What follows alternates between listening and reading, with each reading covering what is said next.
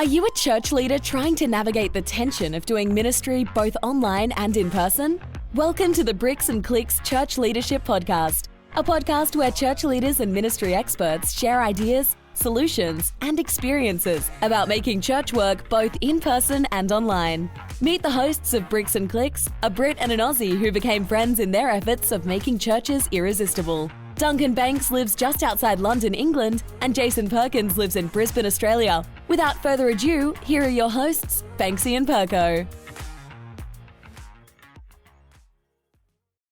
Well, hey everybody, and welcome to our webinar today. So excited for your company. Really glad that you're here.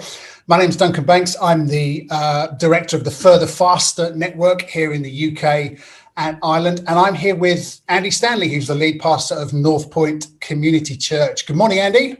Good morning, Duncan. Thanks for inviting me to the show. This is exciting. Oh, it's fantastic. Where are you talking to us from? Is that your lounge or is that your office? We can see my lounge. No, this is actually my office. And once COVID took over the world, we pretty much turned it into a little studio. So this is my office at the office at our office building, not at home. Okay, well, it's lovely. It's really nice. Well, so we're really glad of your company, and thank you so much for taking the time out to talk to our leaders. Yeah.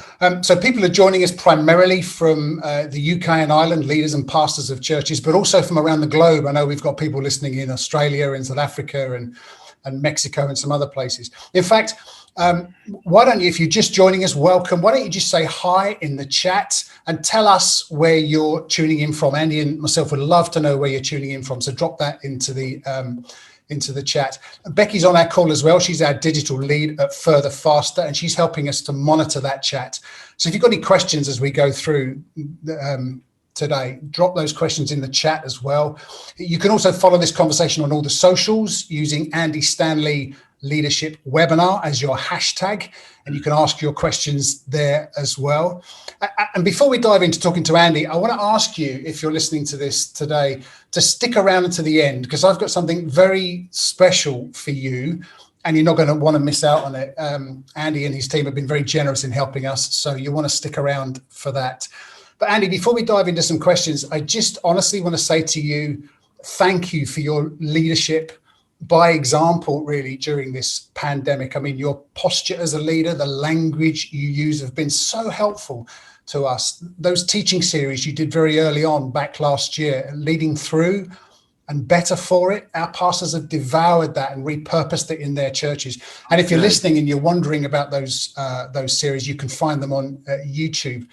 But also the way you talked about suspending your in-person services, the language you use there, not out of a sense of fear, but out of a sense of love for your church, but primarily for your community as well. So we're really grateful for that. And even those fabulously funny videos you did with your wife, Sandra, they just set a tone. I mean, did they go down well at North Point?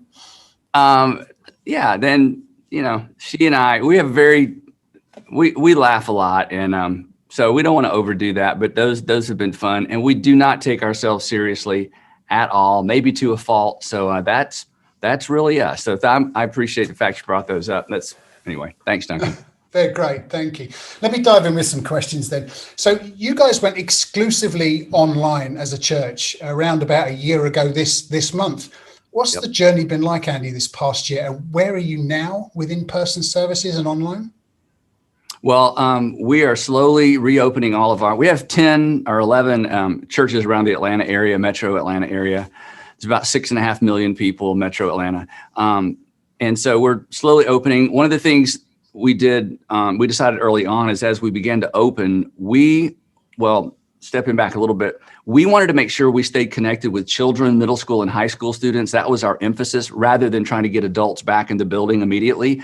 And so we were very proactive about that, intentional about that, and asked the question, hey, adults who want to come back to church, they're going to drift back in eventually, hopefully, but we don't want to lose the next generation. And that's, the question I ask leaders all the time is, what is the faith of the next generation worth? And I say the answer is everything, whatever we as grownups have to do to keep the next generation engaged. So we prioritize children, middle school and high school students, and college students as well throughout the pandemic. So back in the fall, we began reopening some environments for middle school and high school and then children. And we're just now moving adults back into our buildings on Sundays. And after Easter Sunday, I think we're going to be fully open, come one, come all. So that's sort of the back end of the answer to your question. On the front end, there were some other things we did, and we can talk about that if you'd like. Sure. Yeah. I mean, I just think there's a moment there for all of our pastors in the UK to learn the priority of kids and youth. We can say that we prioritize the next generation, but unless we act in a way that demonstrates that, it's meaningless. So to actually say we're going to open our buildings for kids and for students before we start opening it for adults, I think that says so much. And I think that's a learning point for all of us. Well, what happened is, I have lots of friends who are pastors, and because of the pressure from adults, and in the United States, and perhaps in the UK as well, the pandemic has been so politicized. And of course, we just went through an election year, so politicized. And pastors in the United States have felt this because, we try to lead down the middle, not lukewarm in the middle. We get accused of that all the time, but down the middle of, we want to create churches unchurched people love to attend. Somebody asked Michael Jordan years ago, why aren't you more political? And his answer was, because Republicans buy shoes too. In other words, I have an agenda. My agenda is to sell shoes, and I want to sell them to both sides. Well, the gospel is for every political affiliation. So, Republicans and Democrats need Jesus too. So in terms of creating a church for unchurched people, to go off in either direction politically speaking within the context of the U.S., I think is a bad move. So consequently, a lot of churches felt pressure politically, get back to work, get back to church, open the churches, don't give in to the left-wing agenda. We won't get into all that. But we said, no, we are going to prioritize students and children, which means we're going to postpone bringing adults back into our building. So there was some, so what happened, my point was a lot of great pastors, great churches around the U.S., Atlanta specifically, opened immediately for adults. And they didn't offer children's ministries on purpose. They said, we're not going to offer children's ministries, but bring your adults. We did the opposite. We said, no, bring your children, then you go sit in the parking lot or watch online. So we kind of reversed that. And now that we're on the backside of this, that is paying dividends primarily because we have kept, especially middle school and high school students, engaged with the local church. And what is the faith of the next generation worth? Well, it's worth everything. So to say that we made some sacrifices within the broad context of people in the world making sacrifices, they weren't real sacrifices, but we certainly switched up or changed our model for the sake of our mission. And Duncan, you've heard me say, marry your mission, date your model, marry the mission, date the model. Models come and go, make disciples, that's indisputable. So we abandoned portions of our model for the sake of our mission. And to your point, saying the next generation is important is one thing, but the pandemic, I think for all churches, the pandemic tested our commitment to our mission. And were we willing to abandon or set aside parts of our model in order to stay true to our mission?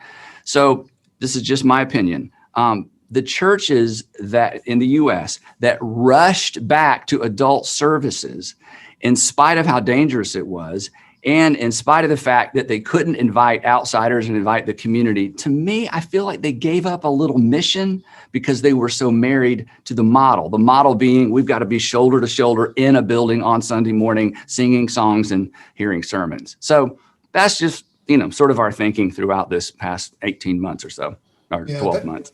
12 months. That's been so helpful, Andy. Thank you for that. I'm just interested. Can I be a little bit personal with you here? I mean, how did you get some pushback from people in your church saying, we want the building open? How did you cope with that as a pastor? Families left our church, and I would get emails. And here's how I handle that. If it was, when I get negative feedback on social media, letters, email, voicemail, whatever, the first thing I do is my assistant, Diane Grant, she checks to see, is this person involved in our church and how involved are they? So for the people who were actually involved and not just outside naysayers, I called them on the phone, every single one of them. Wow. Because I genuinely care. I don't want anyone to leave our church.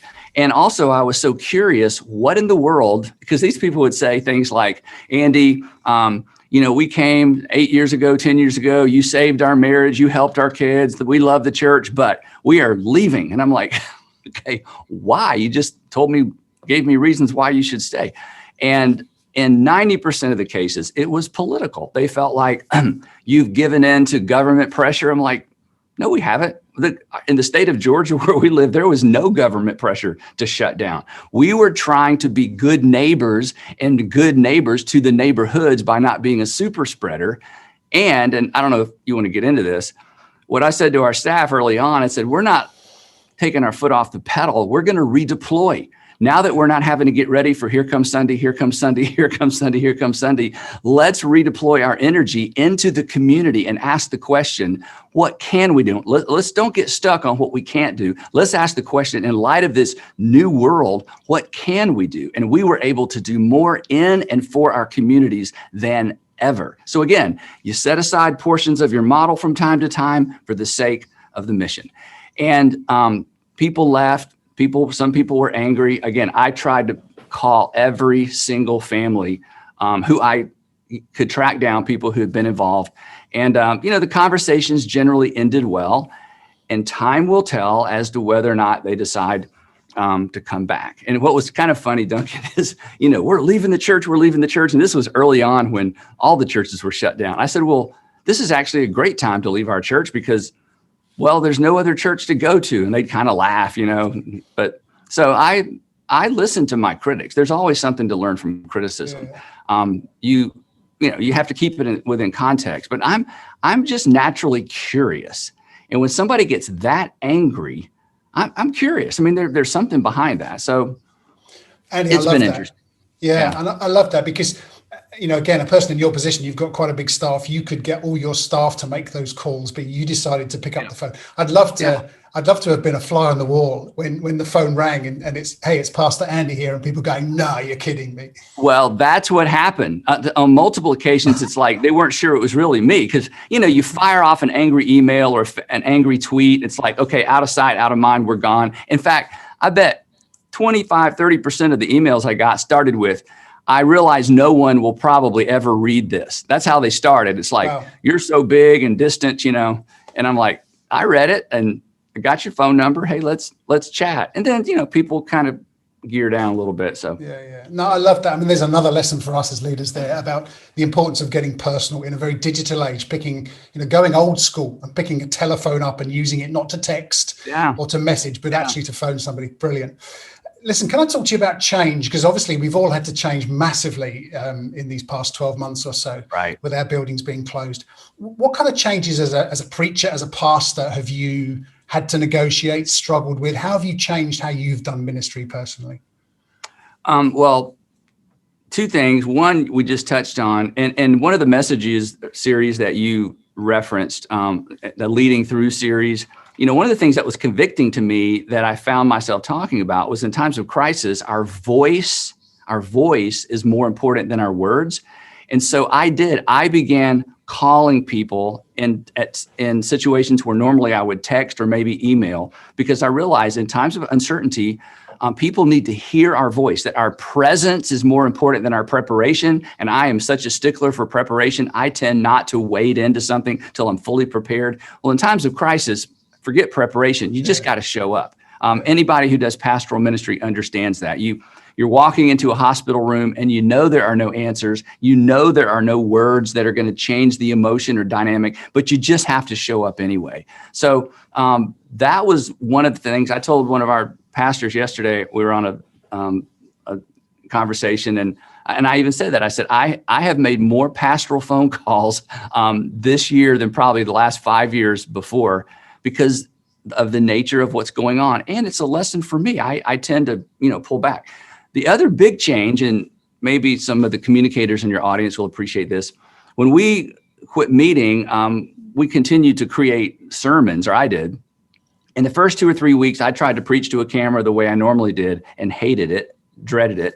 So I switched and I began scripting my entire sermon and reading the sermon off a teleprompter. So those two series that you mentioned, I am looking right into a screen under a camera, 50, 30, 40 feet away. And I'm reading those entire messages. And I learned, again, I had to pivot, abandon my preaching model for the sake of, new realities. I wanted everybody in my audience was on the other end of a piece of glass. They weren't over here and up there anymore. And so I tried to tailor my communication style to, the context. So we changed the way we preached, the way we captured music, everything. So, and going forward, like everybody in your audience, you got smart folks watching and listening. You realize, hey, we're going to carry some of this forward. So that's one of the great things. And I'm not discounting the pain and the suffering, the funerals. You did multiple funerals in this past year, weddings. We've had deaths. We've had, COVID has just ransacked our entire staff to some extent. So, we've all learned some things, and, now we got to figure out how to carry the good things forward and not just get back into the old rhythm and forget these learnings. Yeah. That's really helpful. Thank you. Can we talk strategy for a moment? And I know for every pastor who's listening to this, we're all thinking in pencil right now. No one is writing anything in ink because no one's quite sure what's around the corner. Yeah. But I've heard rumors that you're beginning to tentatively put together a new strategy to reach unchurched people and keep your core connected. And I'd love you to talk about that. But before you do, tell us why you've come to this new strategy. I mean, I heard you a while ago talk about this idea of you used to be baristas and now you want to become missionaries. Talk about why you've changed your strategy. What was all that about? Yeah, well, and Duncan, please, we don't know each other. So at whatever point my answers are too long, just say, thank you, Andy, let's move on. Okay. I want this to serve your audience, not just listen to me talk. Yeah. So, when we began our church, we were kind of the only hot dog stand in town. So if you wanted hot dogs, you didn't have any choice. So we grew quickly. We multiplied quickly. Well, 10, 12 years ago, those days kind of came to an end because everybody was doing church a new way. We weren't the only hot dog stand in town, so to speak. But unfortunately, we had settled into what as you said, I call a barista mindset, where we're just standing behind the counter serving up hot cups of ministry. We don't have to think about the community. We don't have to we don't have to think like missionaries. We're just like in retail, just come one, come all, and we'll shuffle you around and expand and build buildings. So, when I came back to North Point Community Church as the lead pastor, I said, okay, we have to get out of that mindset. And we're a big church. We don't have to worry about it. We have financial margin. There's no pressure to get this right. But as a leader, I want to get this right. And I don't want to be lulled into, thinking since we're not feeling pressure, there's not real pressure out there. One of my favorite books, I think just because of the title, by Andy Groves. He was the CEO or almost kind of, I guess, one of the founders of Intel. He passed away a few years ago. He wrote a book called Only the Paranoid Survive. Only the Paranoid Survive. I love the title of that book. So as leaders, there should always be a sense of paranoia of what's out there, what's coming, what am I not anticipating? So I began a move 2.5 years ago to get us out of this barista mindset and to begin to think and act like missionaries, not because we had to, but because we're called to, right? Sure. And, we're the church that prides ourselves in being the church unchurched people love to attend. So I started pushing, and what I realized was, as is the case for all the pastors out there, there is a natural, predictable flow as to how people hear about your church, are invited to your church, what they experience in your church, and then the systems on the back end you have to get them involved in your church. So they hear about it, they're invited to it, they experience it, and then they get involved. Well, that's pretty much the natural flow of every local church. But I realized this happened automatically, and this happened, this was just how it happened. But we didn't have words for that.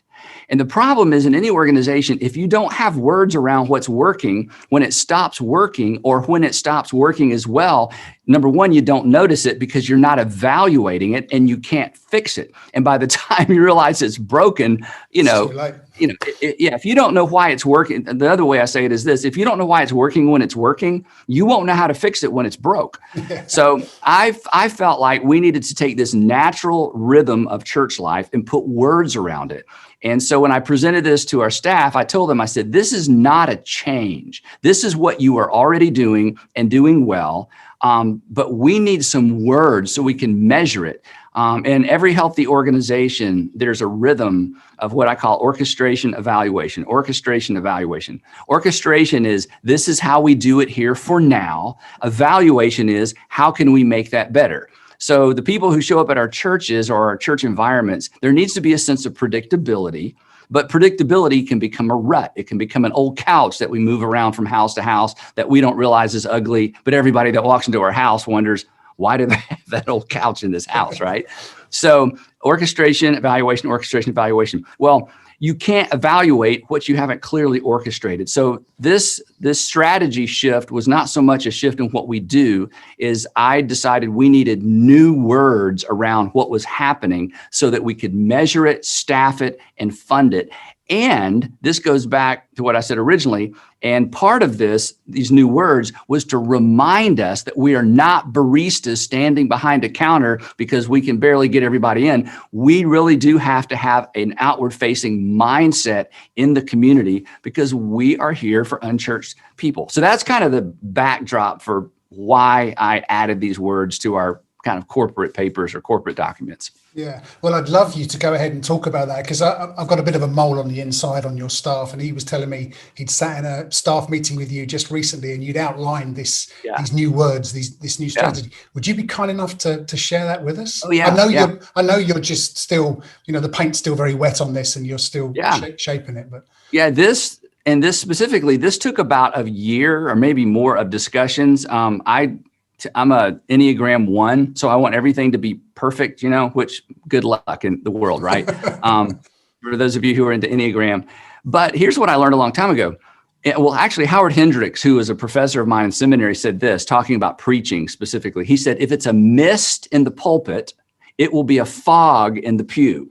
Wow. If it's a mist, in other words, if the preacher is a little bit unclear, if it's a mist in the pulpit, it's a fog in the pew. Well, organizationally, the same thing is true. If it's a little bit misty, what we're trying to do at the corporate level or at the board level or at the pastoral level, well, by the time it gets to the people in our church, they just hope we've got it figured out. So we have just recently gone round and round and round with this language till I feel like we finally got it right. So here are kind of the big pieces. And I took this natural process that, again, happens in every church, and we boiled it down to 3 phrases. And the first one was really the one that's most important right now and was most important during COVID. And it's the piece we did not have language around as an organization. And it's endear your community. Endear your community. And the second piece is inspire your audience. And the third piece is equip your core. So it's endear the community, inspire your audience, equip the core. So by endear the community, this is the language under it is simply this. We want the people in our community to know we're here, to be glad we're here, and to be better off because we're here. We want them to know that the church is here. We want them to be glad the church is here. And we want them to be better off because the church is here. In other words, you've probably heard me say this before, Duncan, the local church the reputation of the local church should be, I'm not sure I buy what they believe, but I'm glad they're here. I'm not sure I believe all of that, but I hope my daughter marries one. I hope my son marries one. I'd like to hire them and I love to work for them. In other words, these are the finest people in the community and they believe some strange things. Somebody rose from the dead. I don't get that. But in terms of being a neighbor or in my organization, they're the most honest people. So endearing the community, especially as culture shifts in the U.S. to become more and more like what, has been a reality in most of Europe for, a long, long time. That piece is more important than ever. And during COVID, we loaded up on endearing the community. Inspire the audience. This goes directly back to our corporate mission statement, which is to inspire people to follow Jesus. That's our mission statement, to inspire people to follow Jesus by engaging them in the life and the mission of the local church. So that's, those are our marching orders. So when I say inspire the audience, I don't just mean rah, rah, and music. That hangs underneath inspire people to follow Jesus. But when these inspire the audience, these are all our physical and digital environments. Anything that we create that people participate in, we want to inspire that group of people to follow Jesus. So those are your events, your experiences, worship service, children's ministry, small groups, anything where there's an audience, inspire the audience. And we've fleshed out specifically what we mean by that.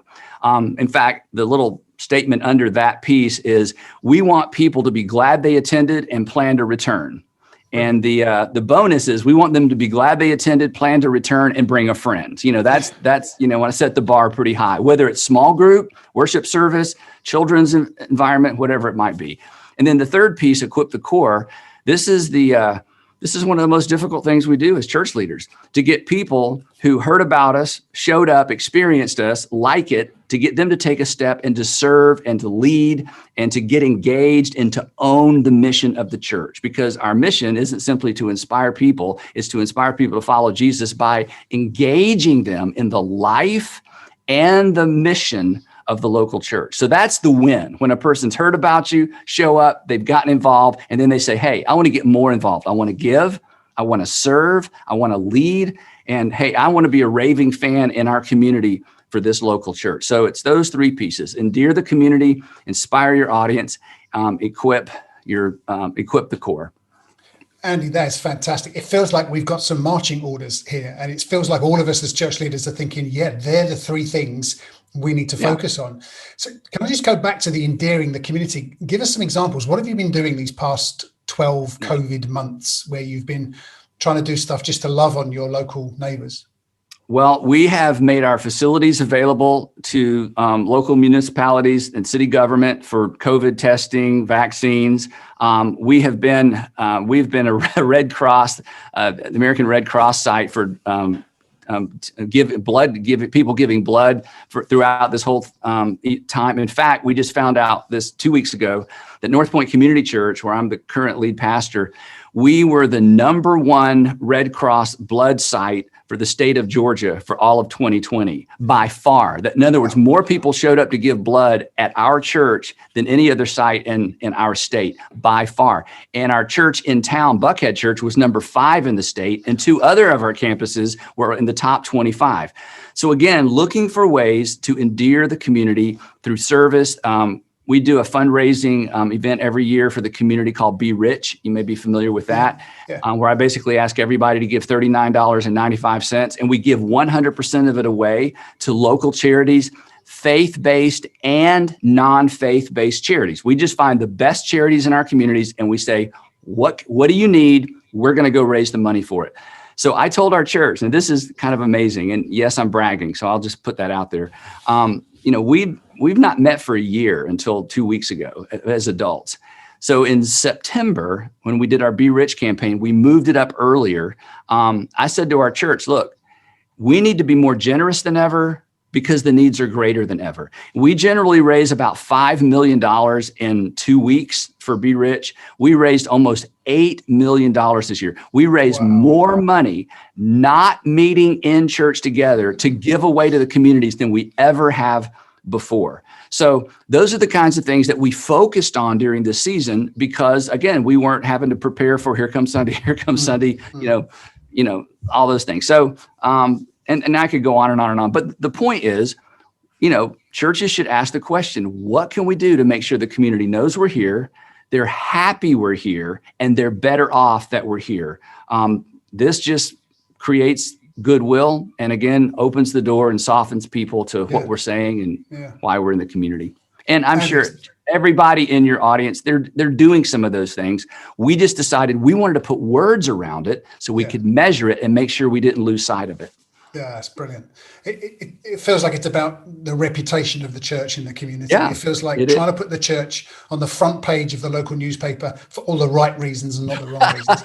For all the right reasons for a change, right? Yeah, exactly. Yeah. Let me push into that second one a little bit, if you don't mind. This inspire the audience. Would you say then you've shifted, because you talked about creating experiences that that have a bit of curb appeal online as well as in the room. So have you shifted a bit in your thinking about digital church and the role that has to play?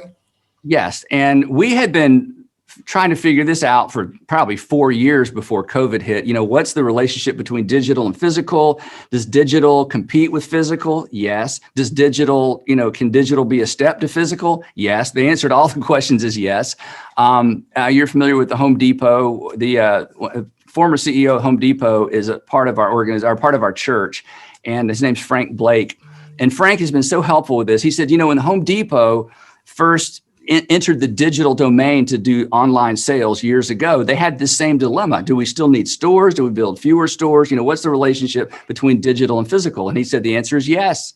There is a relationship, and figuring out how to leverage the relationship appropriately and to create a sense of, if you do one, you really are part of the other, is ultimately the goal. So we've been trying to figure out, what is that marriage? How many resources do you allocate to that? So of course, COVID came along, and fortunately for us, we were set up to go exclusively digital because we had already entered that domain. So now, coming out where people, hopefully because of a scarcity mentality, people will want to gather again and get their kids together again.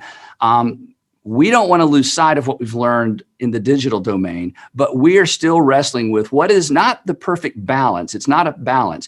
It's how do we make sure these are synchronized, and how do we make sure they are working together to supplement, when people can't attend, or when people would rather have a conversation like this with people they can't drive to one another's homes, but these are the people they feel connected to. So we're still figuring some of that out. Sure. But we know digital is here to stay. Zoom is here to stay. Online gatherings are here to stay. But physical gatherings are here to stay as well. People need people, as we've learned during this, past 12 months.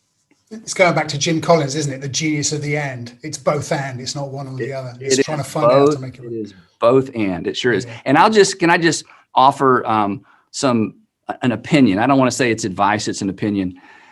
And I'm sure you talk about this all the time, Duncan. For a local church, it's better to do a few things well than to do everything unwell or sort of half-baked. So when you think about your physical environments or your digital environments, if it's not something that really reflects your commitment to excellence and clarity, just don't do it yet. And I say that because in the past, we've tried some things that I looked at and said, it's good, it's not great. If that's somebody's introduction to who we are, I don't think that's a good introduction, So, tread lightly, pick a narrow piece of that and get really, really, really good at it. Own that space before you feel like you have to have something for everybody. In other words, you may have something that a digital opportunity for high school students, but not children, or children, but not high school students, or adults, but not family ministry. But whatever you do, physical, digital, do it well. Because again, that's the 4-year environment. That's people's first introduction or first experience with your local church. And, first impressions, they're pretty much everything. Yeah. Andy, this is so releasing for some of us as pastors as well, because part of the fear is trying to do everything. We've been doing a year's worth of online and it's exhausted us. And now you're telling me I've got to do online and in the room. How am I going to do that together? So that's great advice. Thank you. Can I push on? We've talked strategy. Can I talk a bit about leadership with you? Because it's been tough for everybody. It's been tough for everybody, the COVID thing, but everybody in leadership, whether you're leading a family or whether you're leading a small business or whether you're leading a church or whether you're leading a nation, it's been really hard to make some calls because it's all been so uncertain. Give us some advice. How do you lead well in the midst of uncertainty when everything around is constantly shifting? You want to be clear, but it's really hard to be clear because you don't know what's going to happen tomorrow, let alone next week. Right. Well, yeah, this is the challenge of leadership. If this tension or challenge wasn't out there, there would be no need for leadership. This is what gives you tenure, and this is what gives you credibility as a leader, because people crave certainty. You cannot provide certainty ever. If you pretend to provide certainty, eventually that's going to undermine your leadership and your integrity. And the smart people in the room are going to know you're just making stuff up because you can't provide certainty. But what we can provide is an element or a level of clarity. And during times of uncertainty, clarity trumps certainty, because certainty is not something we can provide. And during times of great uncertainty, like we're in right now or coming out of right now, the people who provide the most clarity will be perceived as the leaders, because clarity feels like leadership. That's just what it feels like. So the way that rolls out, because you're right, there are areas where as leaders, we don't even know how to be clear. So here's what I've tried to do, what I've told our leaders to do and tell church leaders to do. Whereas you can't be clear about what's going to happen, you must be clear about what you want people to do. So you can't be certain about what's going to happen. You can't predict the future, but you must be clear on what you want people to do. And this is one of the reasons I saw some churches kind of spin in the wind for the first 6 or 7 months during COVID, because once things began to shut down, they sat back and they just waited. Like, we're just, I don't know what's going to happen, so we're just going to wait. Well, are we meeting Sunday? Well, I'll tell you on Monday. Are we meeting the next Sunday? Well, we're just going to go week by week. So we decided we're not doing that. First we announced we're not going to open for 3 weeks, then 6 months, and then we're not going to open until 2021. I just wanted to clear the decks to say, let me be clear.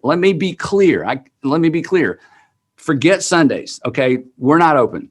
Now, here's what I want you to do in the meantime. So I tried to be very specific with what I wanted our staff to do, because clarity around what we want people to do feels like leadership. It is leadership, and it is most important when things are uncertain. When people feel like, oh, somebody has a plan, they've given me something specific to do or asked me to do something specific, somebody's in charge, they're not sitting back feeling like they're a victim of things they have no control over. So clarity is king, especially during times of uncertainty. I love that. And I love that idea of it's hard to be clear about what's coming down the road. We're not sure. But in the meantime, I love that phrase. In the meantime, this is what I want you to do. Just these one or two little things. So there's clarity about what to do in the next hour or the next day, even if we haven't got clarity about what we're going to do next week. Fantastic. Right. That's so helpful, Andy. Thank you. Can I push on to another aspect of leadership here, this whole idea of decision making? Because again, I talk to pastors in the UK and in Ireland all the time. And one of the hardest things they're having to do right now is to make decisions. And yet they're being called to make decisions all the time. Decisions about budgets, because obviously income is fluctuating and struggling. Decisions about staffing roles, how do we reallocate our staff? Decisions about reopening plans, about online programs, decisions about how we re-engage our families. We often feel like we've lost our families in this COVID thing. And leaders don't want to make the wrong decisions and then regret it down the road. Now, I've got this is your latest book, this Better Decisions, Fewer Regrets. And I'm so grateful for it. I'm grateful for it because it's only 99 pages. I read it in one sitting and scribbled. Oh, wow. It's fabulous. It's so Sandra calls it my cute little book. Yeah. One of those videos that you were talking about. She says it's, and I was trying to hold it up close to the camera so it looked bigger, and she was pulling it back. Anyway, go ahead. Yeah. It is very cute compared to Deep and Wide, which is a tone. It's lovely and cute. It's great. But it's a brilliant book. But in the book, you talk about 5 questions people need to ask when they've got decisions to make. So I wonder whether you wouldn't mind taking us through those 5 questions and helping us see how they might apply to us as leaders with some of these huge decisions we're being asked to take right now.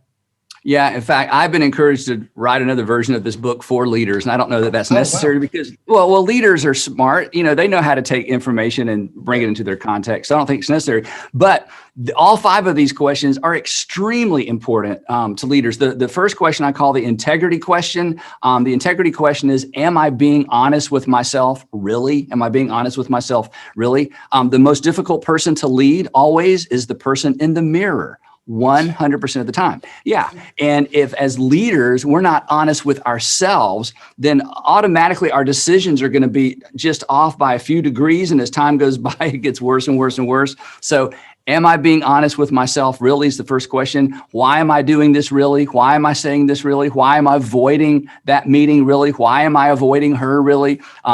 Why do I get so angry? Really? Why am I so just learning to be honest with ourselves. You can't make a great decision If you don't know why you're doing what you're doing, you just can't. So am I being honest with myself? Really, that's the integrity question.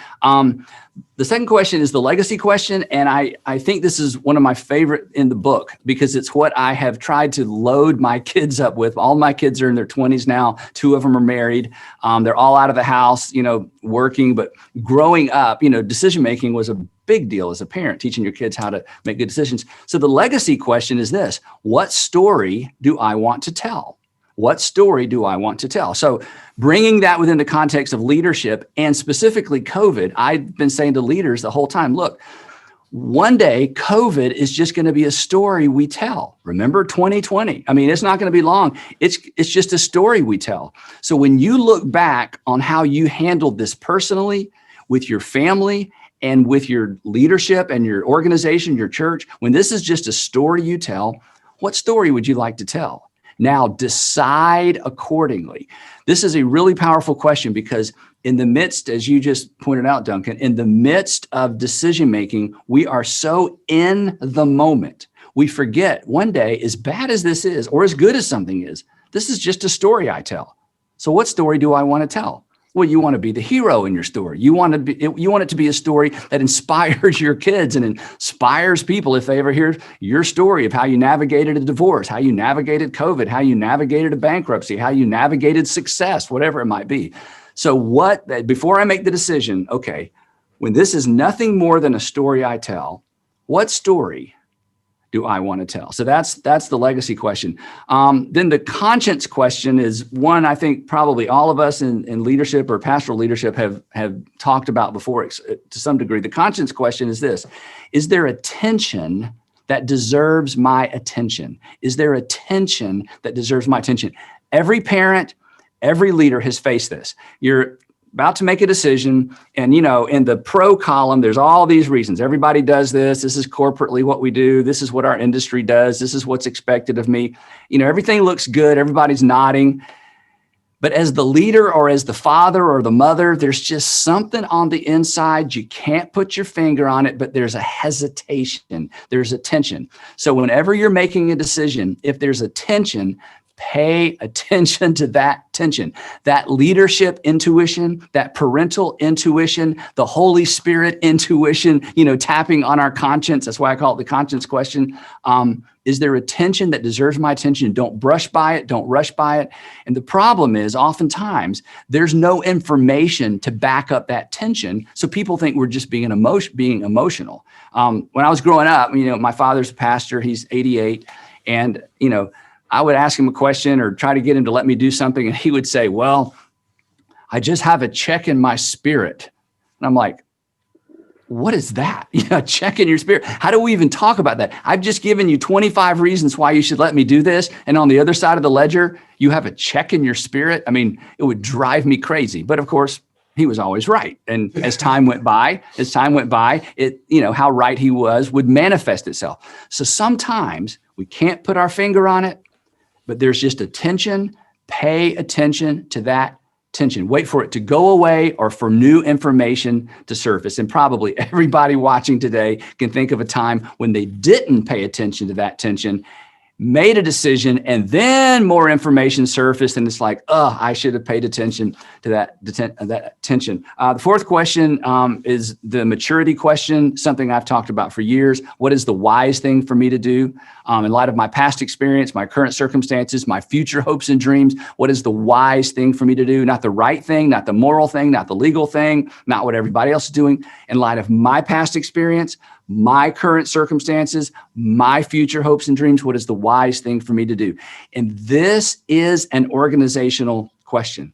In light of where you've been organizationally, in light of what's going on right now organizationally, in light of what you want to see in the future organizationally, what is the wise thing to do right now? Again, this is a question my dad raised me on. It's a question I raised our kids on. It's a big part of our family ministry environment with children.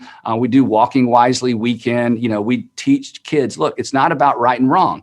As Christians, we're called to walk wisely. If you draw the line right between right and wrong, you're living your life on the edge of financial, relational, moral, ethical disaster constantly. So the wisdom question gives us margin, gives us guardrails. And again, the Apostle Paul says, don't walk as unwise, but as wise men, making the most of the day, redeeming the time, because the days are evil. Then the last question is different. The last question is the relational question. And as I say in the book, and as I say whenever I talk about this, if you ask those other 4 questions, you will benefit. Those 4 questions will benefit you. You'll be wiser. You'll stay out of trouble. You'll have a better legacy. You'll be honest with yourself. Pay attention to your conscience. Those 4 questions always benefit the person asking. The 5th question is different. The relational question. This one will cost you. 100% of the time it will cost you, and there may be no return on your investment. And the relational question is, what does love require of me? What does love require of me? This is at the epicenter of our experience and our call as Christians. And when I say love, I have a very, very, very narrow definition of love. And I get criticized for this sometimes. Andy thinks it's all about a love fest. We're just supposed to love each other. I'm like, you've never heard me say that, because Jesus defines this for us. And here's what he says as to his disciples right before he's carted off and executed. As I have loved you, so you must love one another. That's the definition. And then the next day, he puts on a demonstration of love that takes his breath away and takes our sin away. That is the standard. That's why it always requires, not how can I love you? No, what does love require of me? Sometimes it requires money. Sometimes it requires humility. Sometimes it requires me giving up part of my reputation. Sometimes it requires me taking a risk relationally, because I've got to confront you with something that's hurting you, even though you may never speak to me again. What does love require of me? But that's what changed the world. And that's what differentiates Christianity from everything else in the world. And that's what should characterize us as Christians. And that's why our reputation in the community is so important. Because remember what Jesus said next. He said, by this, all men will know that you're my disciples. Church attendance? No. Prayer life? No. Devotional life? No. How much scripture you've memorized? No. How big your church is? No. By this, all men will know that you're my disciple. If you love God, Jesus, If you love one another. It's so clear. And when we get that right personally as leaders, we're better leaders.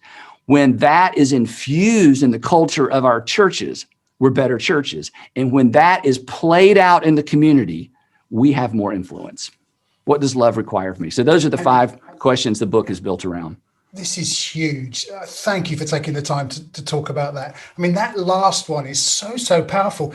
And I love what you're talking about at the end there. If that becomes infused in our church culture, if we learn to love each other as staff, and we learn to love each other as team, and we learn to love each other as a family in the church, if it becomes part of our culture, then that's naturally going to spill out into our community, and our reputation will go out. You can't expect to go out there and build our reputation unless we can love each other inside.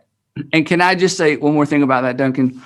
And I don't have any specific church in mind, but the thing that irritated me most during 2020, during the COVID crisis, was watching local churches get in what I call a spitting match with local municipalities, city councils, the mayor, the state. We're demanding our way. You can't keep us from worshiping. You can't keep us from gathering. And here's our opportunity to love our neighbors and love our neighborhoods. And churches went to war with local governments demanding their way so they could win. And so during this pandemic, I preached a message. I think it's the most important thing I've said in a while. The name of the message is "Not in it to win it."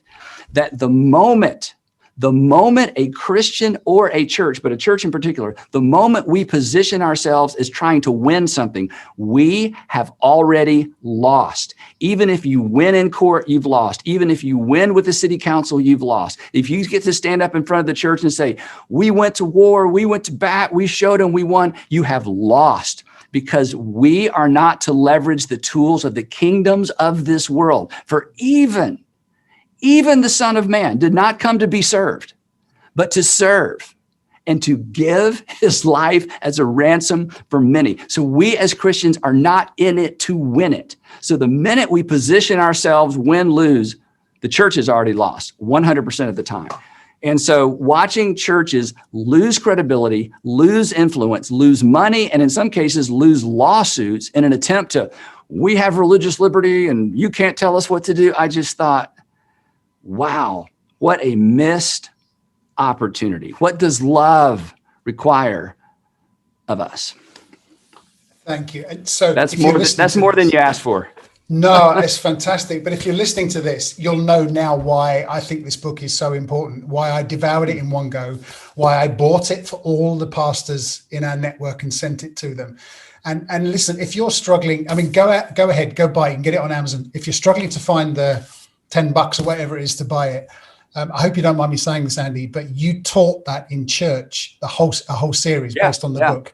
And you can go online on YouTube and you can find it. So if you don't want to buy the book, you could listen to Andy teach it on YouTube. Yeah, in fact, I am very cautious about using my position as a pastor to sell books or promote books. I don't even promote my books in our churches to a fault. My publisher's like, can you at least hold it up? I'm like, no, I don't do that. So, but I wanted to teach this content. So I said in the first 2 messages of the series, I said, look, I have a new book, Better Decisions, Fewer Regrets. You don't need to buy it because I'm going to teach you the whole thing over the next 5 weeks. So, and I was sincere about that.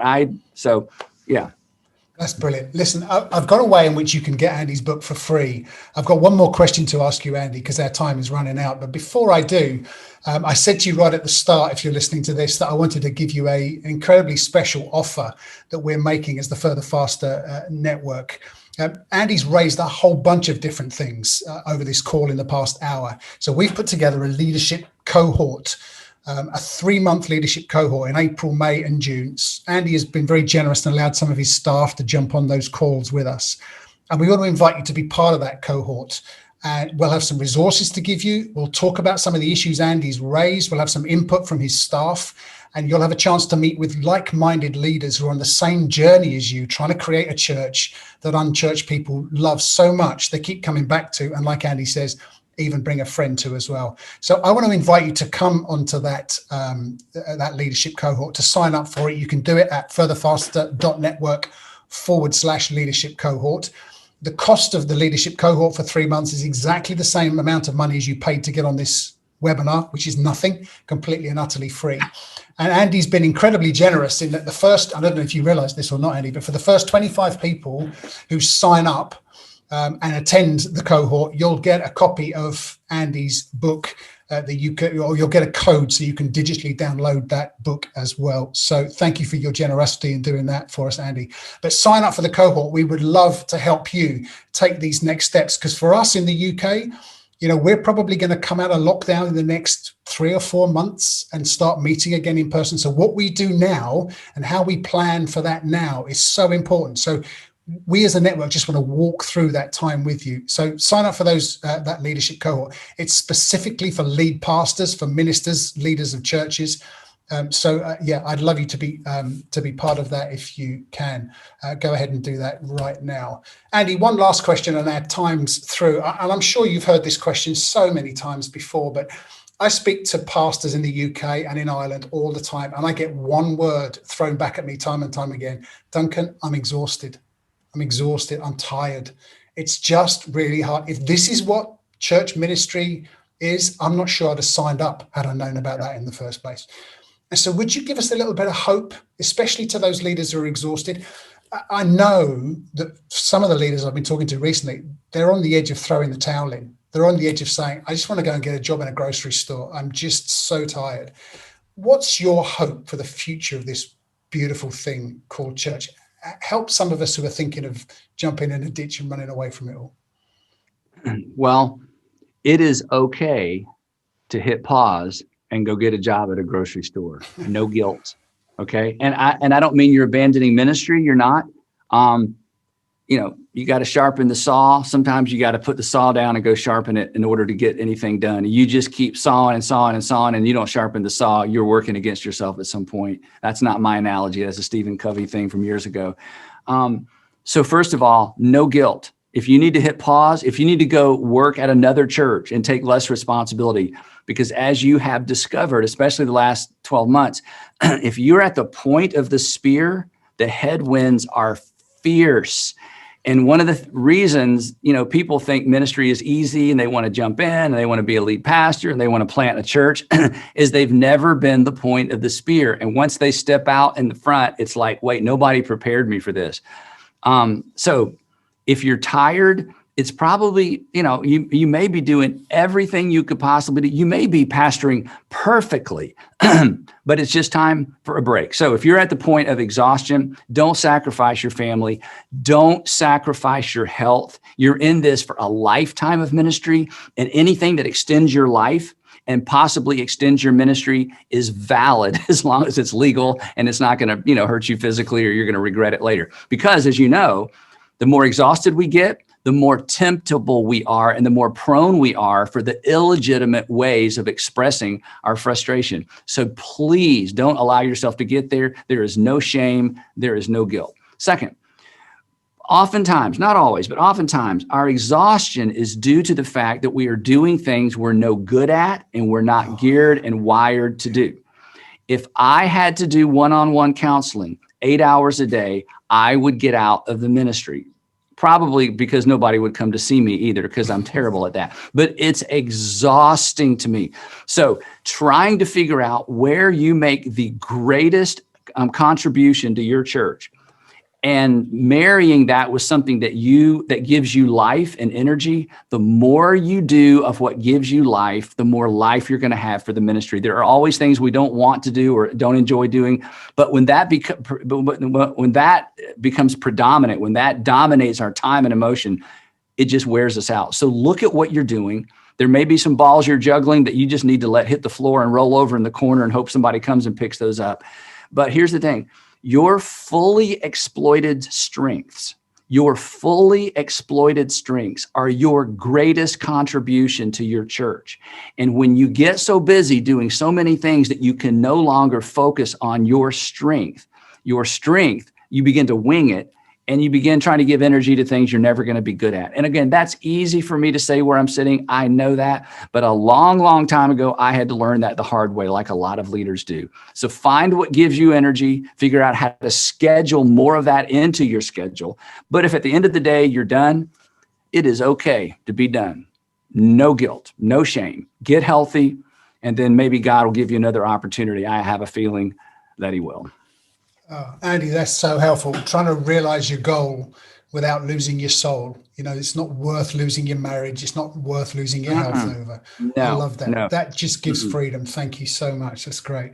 Listen, we said we'd do an hour, and I'm sure you've got many other things to go on for. We have over 100 questions. So we could go on for another hour plus talking about those questions. So if you want some of those questions answered, let me encourage you to join the leadership cohort, because we'll talk about some of these things. We'll give answers to these questions. Andy's staff are going to help us on that as well. So make sure you get signed up for that today. And the first 25 people, like I say, will get a copy of Andy's book to download. If you want to carry on following us, Further Faster Network, you can subscribe to our email on our website. And once a month, you'll get an email with some resources and some inspiration from us. Follow us on the socials. We live online. We're there on Instagram and Facebook, and we'd love to have a conversation about this with you online as well. But it just, to finish, I just want to say, Andy, thank you. This has been the most brilliant hour I've had for a long time. I feel like I'm walking away. You know what it's like at a Thanksgiving dinner or a Christmas dinner when you've had a massive meal and you push away from the table and you make that strange noise? It kind of feels like that. So you've just filled my leadership bucket up to overflowing, and I'm really, really grateful. So thank you for your time.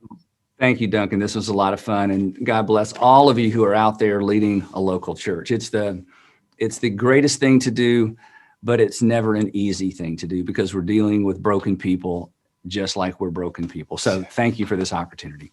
I appreciate that. Thank you so much, Andy.